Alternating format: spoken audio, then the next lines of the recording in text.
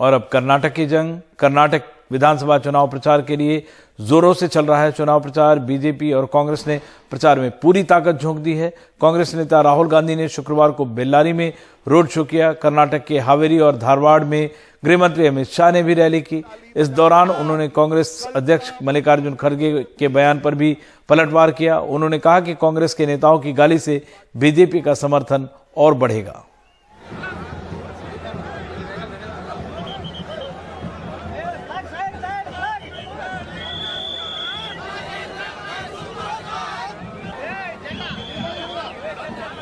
मोदी जी की तुलना सांप से करने वाली कांग्रेस पार्टी को चुनाव में जिता सकते हैं क्या? बताइए, जिता सकते हैं? सोनिया गांधी जी कहती है मौत का सौदागर, प्रियंका गांधी कहती है नीची जाति के लोग, और ये कहते हैं विषैला सांप। अरे कांग्रेस वालों, आपकी मति मारी गई है, मति मारी गई है। मोदी जी को जितना भी गाली बोलोगे, कमल इतना ही अच्छे से खिलकर बाहर आने वाला है। आप मोदी जी को गाली बोलकर कर्नाटक की जनता को नहीं बहका सकते। मोदी जी को गाली दोगे, इतना मोदी जी का समर्थन बढ़ने वाला है, ये आप नहीं समझ। उधर कांग्रेस और बीजेपी दोनों पार्टियों ने चुनाव आयोग का दरवाजा खटखटाया। बीजेपी नेताओं का एक डेलीगेशन मल्लिकार्जुन खड़गे की शिकायत करने पहुंचा। बीजेपी ने पीएम मोदी के खिलाफ खड़गे के बयान का जिक्र करते हुए चुनाव आयोग से मांग की और कि उन्हें प्रचार करने से रोका जाए और उनके खिलाफ कार्रवाई हो।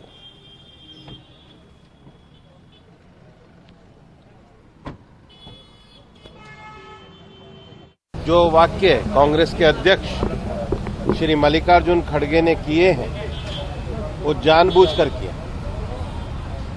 वो कांग्रेस की उस गहरी घृणा की राजनीति का हिस्सा है जिसमें कांग्रेस एक लोकप्रिय नेतृत्व के प्रति अपना व्यक्तिगत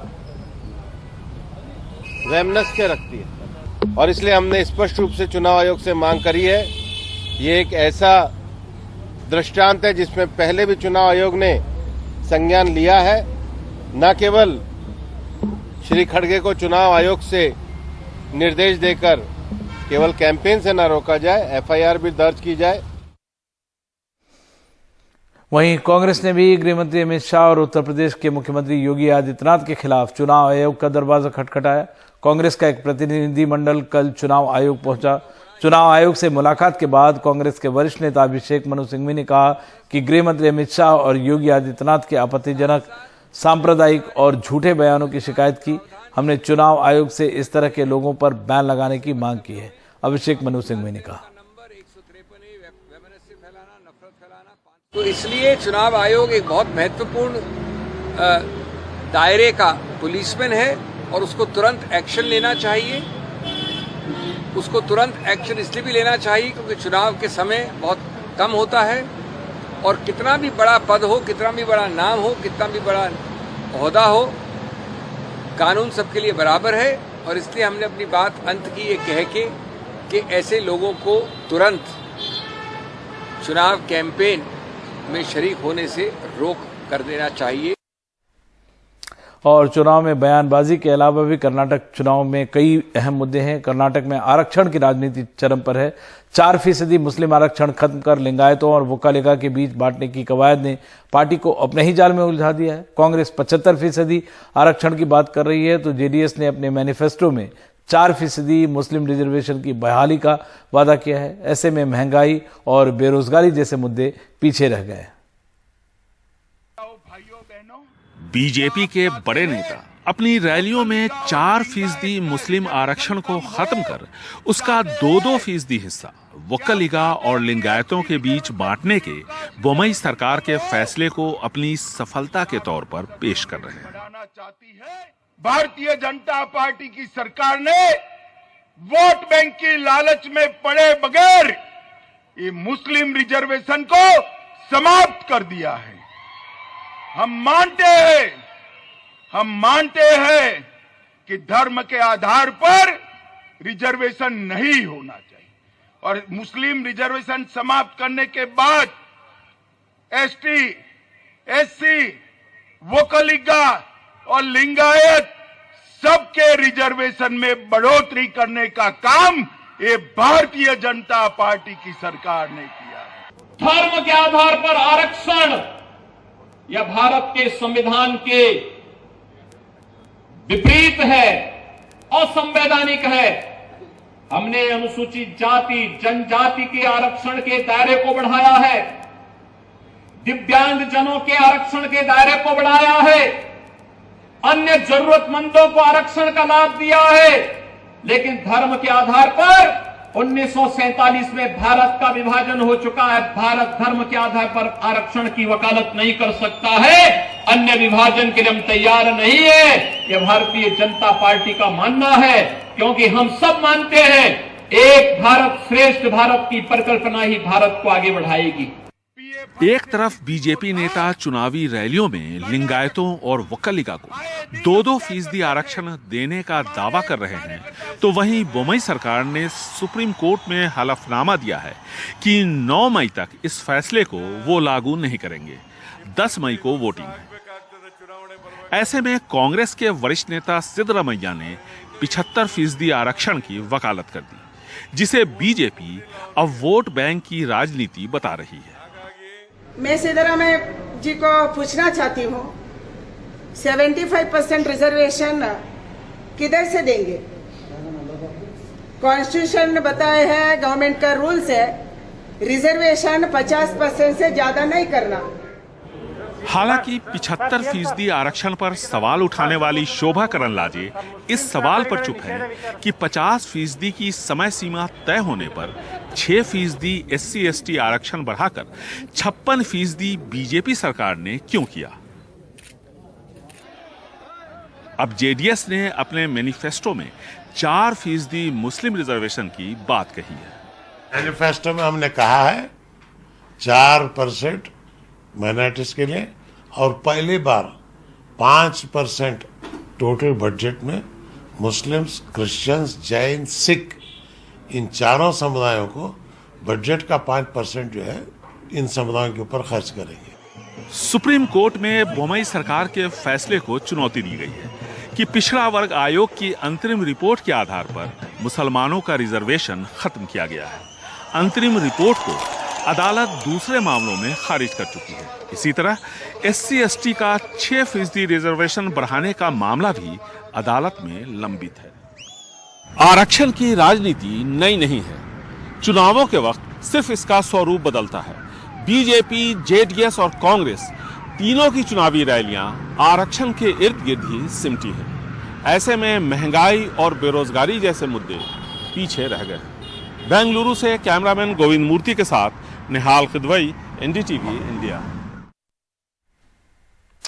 और कल पीएम मोदी के मन की बात के 100वें एपिसोड के लिए बीजेपी ने बड़े पैमाने पर तैयारियां की है। बीजेपी ने कहा है कि मन की बात का 100वां एपिसोड कई मायनों में ऐतिहासिक होगा। देश भर में 4 लाख सेंटर में मन की बात का लाइव प्रसारण होगा। बीजेपी के सभी सांसद, विधायक, पदाधिकारी मन की बात कार्यक्रम में हिस्सा लेंगे।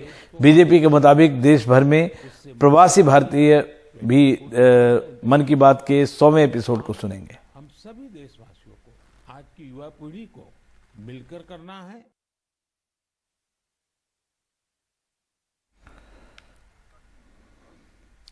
हेट स्पीच पर सुप्रीम कोर्ट ने सख्ती दिखाते हुए सभी राज्यों को खुद संज्ञान लेकर कार्रवाई करने को कहा है। सुप्रीम कोर्ट ने राज्यों से कहा है कि धर्म की परवाह किए बिना गलती करने वालों पर कार्रवाई करे। कोर्ट ने कहा है कि हेट स्पीच गंभीर अपराध है जो देश के ताने बाने को प्रभावित करती है। सुप्रीम कोर्ट ने 2022 में यह आदेश सिर्फ यूपी, उत्तराखंड और दिल्ली के लिए दिया था, लेकिन शुक्रवार को इसका दायरा बढ़ाते हुए सभी राज्यों को सुप्रीम कोर्ट में कार्रवाई करने को कहा है।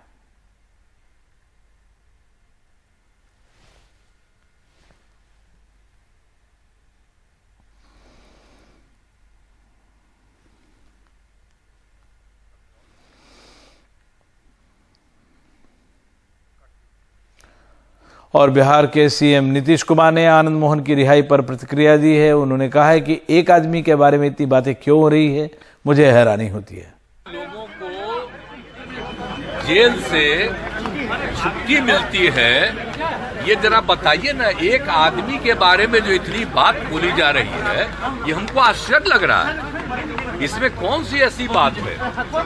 ऐसा तो कुछ नहीं है। और इसके बारे में आप अच्छी तरह जान लीजिए कि राज्य सरकार के चीफ सेक्रेटरी साहब ने कल ही सारी बातें बता दी है कि आजीवन कारावास में बंद कैदियों की वास्तविक अवधि 14 वर्ष एवं परिहार जोड़कर 20 वर्ष पूर्ण करने के उपरांत कारा से मुक्त करने का प्रावधान है।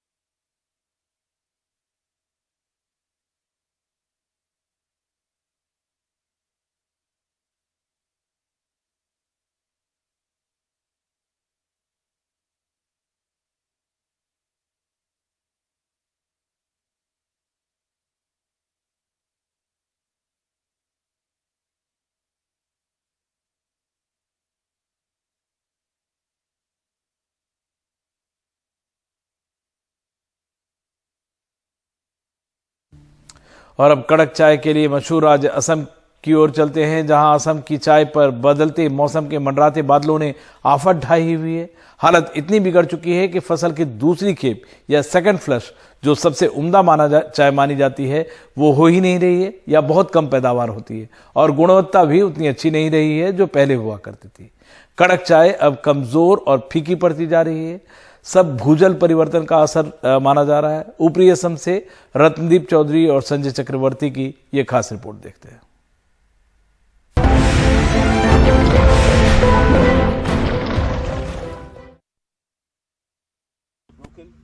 विजेंद्र प्रताप शाही चिंता में डूबे हुए हैं। असम के तिनसुकिया जिले के हैबजन टी एस्टेट में ये चाय के पौधे लगाते हैं और अपनी टीम के साथ नुकसान का जायजा ले रहे हैं जो इनके चाय के बागान को पहुंचा है।